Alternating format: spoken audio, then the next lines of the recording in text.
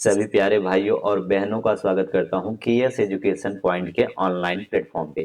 तो सभी भाई बहन आज के इस सेशन को शेयर करने करेंगे। और आज का ये सेशन उन भाइयों और बहनों के लिए है जो इस बार यूपी बोर्ड का एग्जाम देने वाले हैं। और और ऐसे भाई बहन जो क्लास 9th और 10th में है, ये वीडियो उनके लिए बहुत ही इंपॉर्टेंट होने वाली है, क्योंकि ऐसे प्रश्न आपके एग्जाम में पूछे जा सकते हैं। क्योंकि वो क्वेश्चंस आपके चाहे बोर्ड में पूछे जा सकते हैं, चाहे प्री बोर्ड में पूछे जा सकते हैं, लेकिन इसी तरीके से क्वेश्चन आपको एग्जाम में देखने को मिलेंगे। तो नमस्कार दोस्तों, मैं हूं विकास और आप सबका स्वागत है केएस एजुकेशन पॉइंट के ऑनलाइन प्लेटफॉर्म पे। तो अगर अभी तक हमारे यूट्यूब चैनल को सब्सक्राइब नहीं किया तो आप सब्सक्राइब मत करिए, पहले आप इस वीडियो को पूरा देख लीजिए। अगर आपको यहाँ पे चीजें समझ में आती हैं, अगर आपको लगता है कि नहीं यहाँ पे हमें अच्छी तरीके से चीजों को समझाया जाता है, तभी आप हमारे यूट्यूब चैनल को लाइक सब्सक्राइब करिएगा और हमारी वीडियोस को लाइक करिएगा। तो बढ़ते हैं। यहाँ पे देख रहे हैं कि हमने आपके लिए ढेर सारे क्वेश्चंस लेकर आए हुए हैं और इन सभी क्वेश्चंस का हम हल करेंगे इस वीडियो में। और इस तरीके के सवाल अगर आपके एग्जाम में आते हैं तो इस तरीके के सवालों को कैसे हल करेंगे ये भी देखेंगे। तो बने रहिए वीडियो के एंड तक। इसके बाद आप हमारे वीडियो को लाइक करिएगा और अगर अच्छा लगेगा तभी चैनल को सब्सक्राइब करिएगा। तो चलिए, आज का हमारा ये पहला प्रश्न है। इसके पहले हमने यहाँ पे देख रहे हैं कि इसके पहले हमने 2-3 क्वेश्चन आपके लिए करा रखा है। तो चलिए बढ़ते हैं आज के इस आगे के सेशन में। कहता है कि आज का हमारा पहला प्रश्न कहता है, ये देखिए प्रश्न 2019 में पूछा गया है।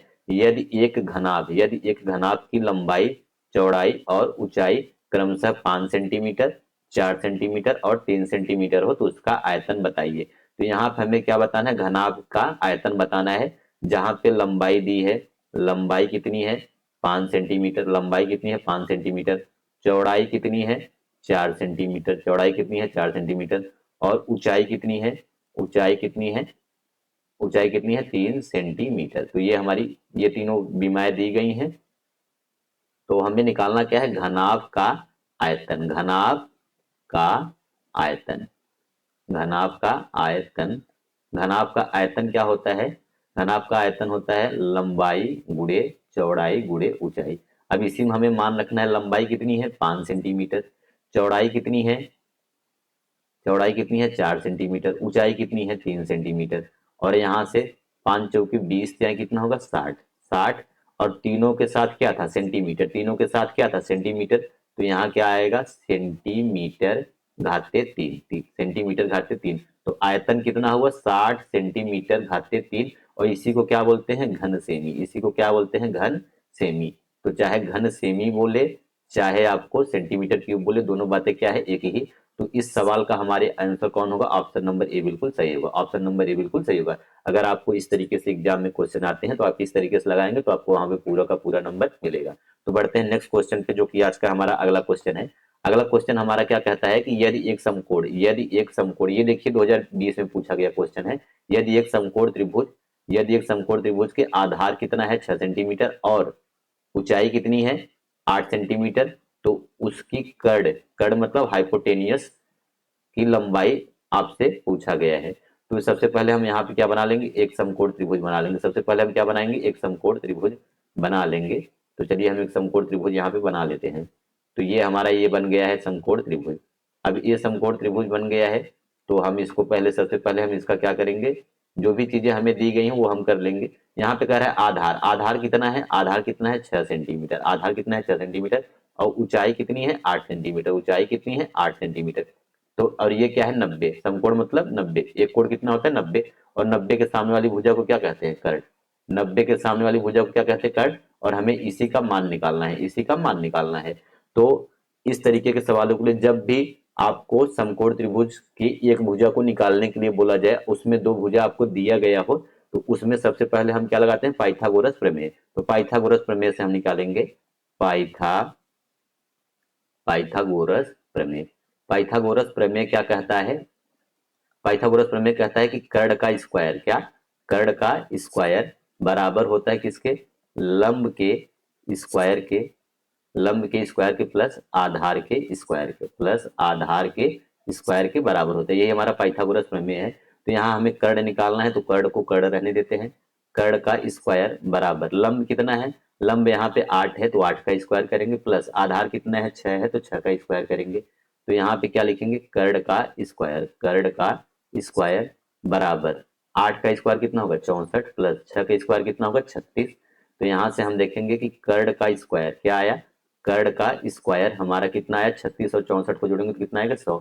अब हमें क्या निकालना है कर्ण, क्या निकालना है कर्ण, यहाँ पे देखिए क्या निकालना है कर्ण निकालना है।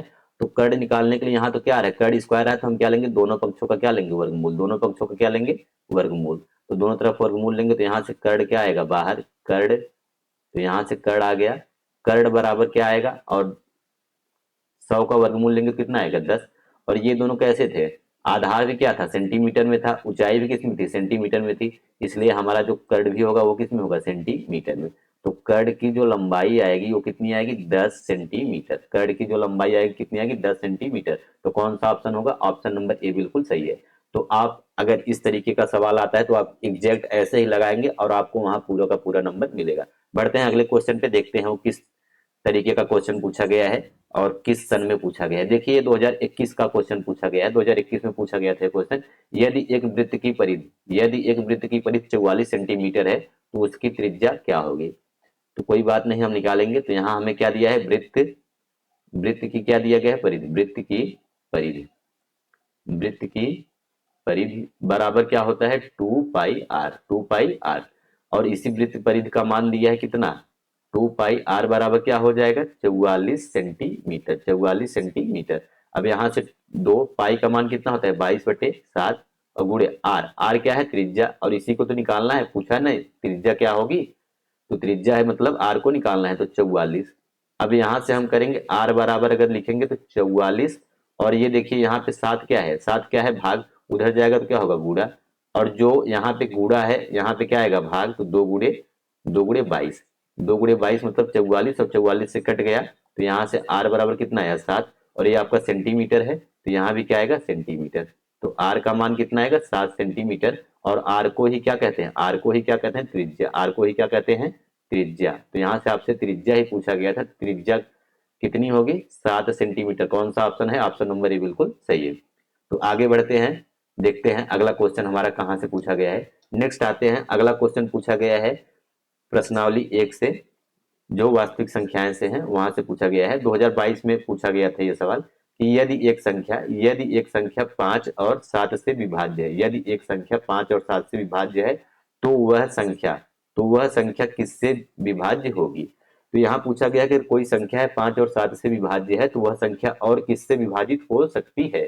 तो सबसे पहले इस तरीके के सवालों को हम करने के लिए जो संख्याएं हमको दी गई हैं उनका हमें क्या निकालना है एलसीएम, उनका हमें क्या निकालना है एलसीएम। जैसे यहाँ पे कौन सी संख्या दी गई थी, एक 5 थी और दूसरी संख्या कितनी थी 7। तो अब इसका क्या निकालना है एलसीएम, और 5 से काटेंगे तो एक बार और यहाँ से इसको 7 को वैसे उतार लेंगे। एलसीएम लेने आता होगा उम्मीद करता हूँ आपको। 7 से करेंगे तो एक, और एलसीएम का रूल होता है कि सबके नीचे क्या आना चाहिए एक। तो यहाँ से हमने निकाला क्या है एलसीएम, क्या निकाला एलसीएम, एलसीएम कितना आया 5 गुणे 7 बराबर 35, 5 गुणे 7 बराबर 35। तो यही हमारा क्या है एलसीएम, और जो हमारा एलसीएम आता है वही हमारी क्या बनती है संख्या। तो कहा है ना कि अगर कोई संख्या 5 और 7 से विभाज्य है तो वह संख्या किससे विभाजित होगी, तो इसका मतलब वह संख्या 35 से विभाजित होगी। तो यहाँ हम लिखेंगे 35 एक ऐसी 35 एक ऐसी संख्या है, 35 एक ऐसी संख्या है कि जो कि 5 और 7 दोनों 5 और 7 दोनों से विभाजित है, 5 और 7 दोनों से विभाजित है। तो यही हमारा कौन सा ऑप्शन यहाँ पे मिल रहा है, ऑप्शन नंबर ए बिल्कुल सही है। इस तरीके के सवालों को हम इस तरीके से हल करेंगे। तो कहीं ना कहीं उम्मीद करता हूं कि आपको चीजें समझ में आ रही होंगी। अगर समझ में आ रहा है, अगर वीडियो आपको अच्छी लग रही है तो लाइक करिए, और चैनल पे अभी तक सब्सक्राइब नहीं किया तो सब्सक्राइब करिए। बढ़ते हैं आगे, अगला क्वेश्चन है हमारा, देखते हैं अगला क्वेश्चन कहाँ से पूछा गया है। देखिए अगला क्वेश्चन पूछा गया है 2023 में, 2023 में यह सवाल पूछा गया था और ये किससे पूछा गया है समलंब चतुर्भुज से। किससे पूछा गया समलंब चतुर्भुज से। कह रहा है कि यदि एक समलंब चतुर्भुज के समांतर भुजाओं की लंबाई, एक समलंब चतुर्भुज के समांतर भुजाओं की लंबाई 10 सेंटीमीटर और 14 सेंटीमीटर हो और ऊंचाई कितनी हो 6 सेंटीमीटर हो, तो उसका क्षेत्रफल क्या होगा। तो यहाँ पे आपको समलंब का क्षेत्रफल बताना है। तो सबसे पहले हमें क्या पता होना चाहिए, समलंब का क्षेत्रफल का फार्मूला। समलंब का क्षेत्रफल बराबर क्या होता है, 1/2। और यहाँ पे क्या होगा, समांतर भुजाओं का योग। क्या होगा, समांतर समांतर भुजाओं का योग, भुजा का योग, गुणे ऊंचाई। यही आपका फार्मूला है, इसको याद रखना। तो हमें समांतर भुजाओं दी गई हैं, हमें समांतर भुजाएं दी गई हैं और ऊंचाई भी दिया गया है। तो यहाँ से हम निकालेंगे समलंब का क्षेत्रफल। तो फार्मूला में रखेंगे, तो 1/2 समांतर भुजाओं का योग। समांतर भुजाओं का योग, पहली भुजा कितनी है 10, और योग मतलब क्या होता है प्लस। दूसरी भुजा कितनी है 14, और ऊंचाई कितनी है, गुणे ऊंचाई कितनी है 6 सेंटीमीटर। अब इसी को सरल कर लेंगे, हमारा क्या आ जाएगा आंसर, 1/2। सबसे पहले ब्रैकेट को हल करेंगे, 10 और 14 को जोड़ेंगे तो कितना आएगा 24 गुणे 6। तो अब यहाँ से 2 से काटेंगे तो कितना आएगा 12 आएगा, और 12 और 6 का गुणा करेंगे तो क्या आएगा 72। और ये देखिए यहाँ पे भुजाएं किसमें थी, सेंटीमीटर में, और हम निकाल क्या रहे हैं क्षेत्रफल। क्या निकाल रहे हैं, क्षेत्रफल हमेशा क्या होगा, सेंटीमीटर स्क्वायर, सेंटीमीटर स्क्वायर। और इसी को हम क्या कहते हैं, वर्ग सेमी। इसी को क्या कहते हैं, वर्ग सेमी। तो चाहे सेंटीमीटर स्क्वायर लिखे चाहे वर्ग सेमी लिखे, दोनों बातें एक ही हैं। तो समलंब का क्षेत्रफल कितना होगा, 72 सेंटीमीटर स्क्वायर या वर्ग सेमी। तो कौन सा ऑप्शन होगा, ऑप्शन नंबर ए बिल्कुल सही है, ऑप्शन नंबर ए बिल्कुल सही है। बढ़ते हैं हम अगले क्वेश्चन पे, जो कि आज का हमारा अगला क्वेश्चन है, और ये शायद लास्ट क्वेश्चन है। और इस लास्ट क्वेश्चन को देखते हैं कौन कौन बच्चे कर पाते हैं। अगर आपको इसका आंसर आता है तो कमेंट में जरूर बताइए। अब ये देखिए 2024 में लेटेस्ट सवाल पूछा गया था, जो पिछली बार एग्जाम हुआ था उसमें किसी न किसी सेट में ये सवाल पूछा गया है।